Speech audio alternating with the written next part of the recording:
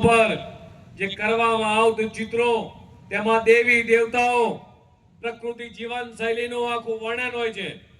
હમણાં સંસદ સભ્ય સાહેબના ઘરે ગયા, સવારે મળવા માટે ચા પાણી કર્યા.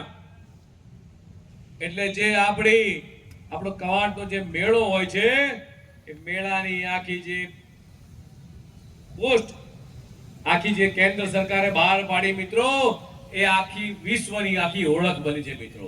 આ નાની ઘટના નથી મિત્રો. પદ્મશ્રી પેશાભાઈ રાઠવા જેવા કલાકારો દ્વારા પિઠોરા ચિત્રકલાને આધુનિક એક કેનવાસ પર લાવીને ગ્લોબલ પ્લેટફોર્મ પાડ્યું છે. એટલે તમે પરિકલ્પના કરો કે મારી આદિવાસી સમાજની કોઈ પણ કલાકૃતિ હોય એને સતત એ જીવંત રાખવાનું કામ એ રાજ્ય સરકાર ને કેન્દ્ર સરકાર કરી રહી છે.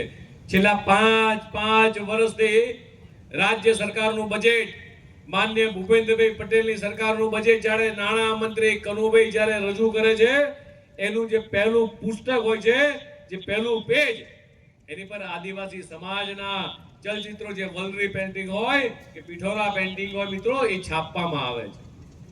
એટલે સાચા અર્થમાં આદિવાસી સમાજના ભાઈઓ બહેનોને એ સન્માન આપવાનું કામ કર્યું હોય તો એ ભારતીય જનતા પાર્ટીની સરકારે કર્યું છે.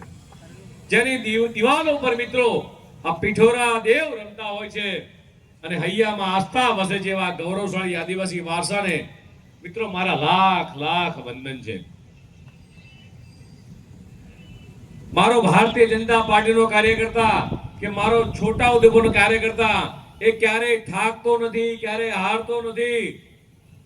જંગલ હોય કે ડુંગરા હોય, દરેક ઘર સુધી એ સરકારી યોજના પહોંચાડવાનું કામ કરતો હોય તો મારી સામે બેઠેલો કાર્યકર્તા દેશના યશસ્વી પ્રધાનમંત્રી માનનીય મોદી સાહેબ હોય, ગુજરાતના મુખ્યમંત્રી માનનીય ભૂપેન્દ્રભાઈ પટેલ સાહેબ હોય, જેટલી પણ સરકારી યોજના લાવે તો આ કાર્યકર્તા માટે માત્ર ચૂંટણી માટે કામ નથી કરતો, પણ સેવા માટે કામ કરે છે.